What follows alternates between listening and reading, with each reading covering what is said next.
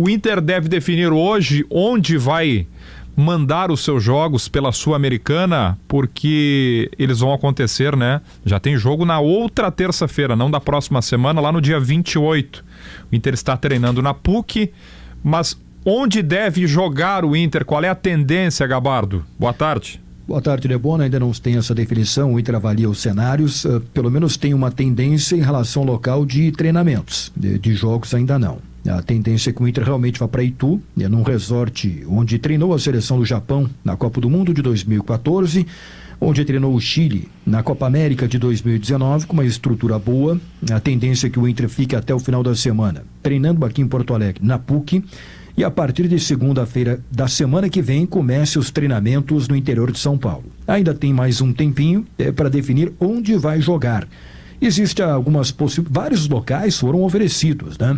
Desde estádios aqui mesmo, no Rio Grande do Sul, como Colosso da Lagoa, em Erechim, no Uruguai, em Rivera, na fronteira, com Santana do Livramento, o Couto Pereira, onde o Grêmio vai jogar, foi oferecido para o Inter também, está sendo avaliado.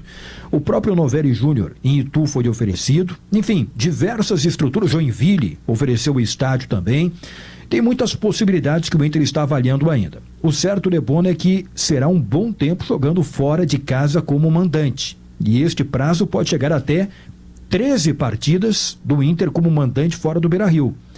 Primeiro, os 2 jogos da Copa Sul-Americana, dia 28 de maio contra o Belgrano e dia 8 de junho contra o Delfim. Certamente estes 2 jogos serão fora do Beira-Rio, com o Inter como mandante. Além disso, o jogo atrasado contra o Juventude pela Copa do Brasil também terá que ser disputado fora do Beira-Rio.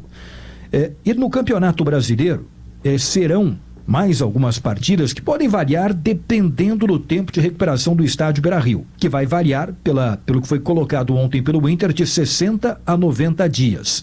Bom, num prazo otimista, se o Inter conseguir voltar a jogar no estádio Beira-Rio, até a metade de julho, o Inter poderia voltar na 19ª rodada do Campeonato Brasileiro contra o Fortaleza. Fim do primeiro turno, né? Final do primeiro turno. E num prazo pessimista, no dia 18 de agosto, tem jogo marcado pela 24ª rodada do Campeonato Brasileiro contra o Cruzeiro. Então, tem essa possibilidade, vai variar de 10 a 13 jogos atuando fora do Beira-Rio.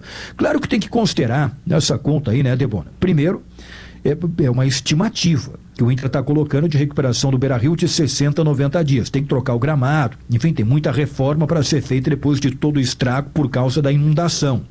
Mas tem também outro ponto, que pode ter uma variação nesse período aí de jogos fora de casa, que é a remarcação dos jogos atrasados.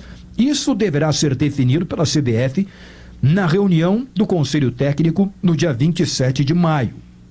Bom, existe uma ideia da CBF de empurrar alguns destes jogos atrasados para as datas FIFA de setembro, outubro e novembro. Se isso acontecer, essa conta aí de 10 a 13 jogos poderá ser reduzida, né? Porque alguns destes jogos podem ficar apenas para o segundo semestre, mais para o final do ano, nas datas FIFA, e aí o Beira-Rio já estará recuperado.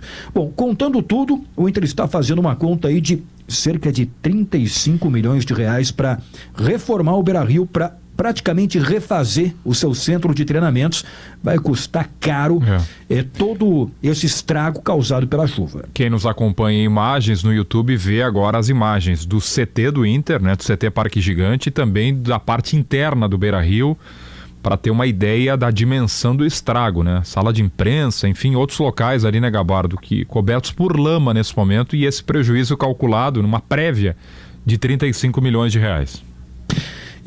Realmente vai ser um trabalho longo, né, do Inter, e na questão do CT, Debona, a previsão é que demore mais do que o próprio estádio, né? Pode demorar até 4 meses para recuperar o centro de treinamentos do Internacional. Então, nesse primeiro momento, o Inter vai ter que treinar fora do Rio Grande do Sul, Itu, no interior de São Paulo, é uma possibilidade. E aí, quando voltar, eu até acho que o Inter vai treinar primeiro no CT de Alvorada, para depois sim conseguir treinar no CT do Parque Gigante.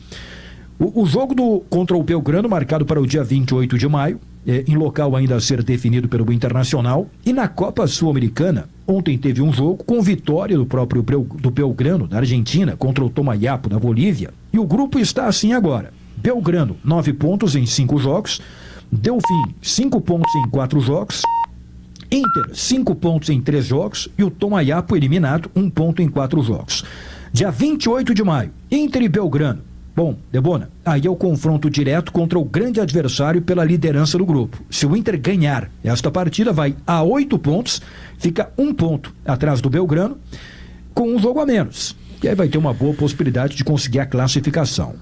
Esse é o jogo que a gente já projetava antes mesmo de tudo isso acontecer, né, Gabardo? Que seria o jogo da classificação, né? Inter contra Belgrano. Então o jogo do dia 28 de maio, em local a ser definido, ele, além de ser o jogo da volta, né, do futebol, da retomada para os clubes gaúchos, ele pode ser o jogo que vai determinar o classificado desse grupo C da Sul-Americana, né? Porque é justamente o confronto direto. O Belgrano líder, que ganhou ontem, contra o Inter. Inter e Belgrano no dia 28. É o que deve acontecer. A vaga tá entre os dois, né? O Belgrano só tem mais um jogo para disputar, né? Se o Inter ganhar essa partida, a classificação fica muito bem encaminhada. Muito bem encaminhada. E porque o Belgrano vai completar o seu 6º jogo exatamente contra o Inter. Se parar nos 9 pontos e o Inter ganhar a partida, o Inter vai a 8 com mais 2 jogos pela frente.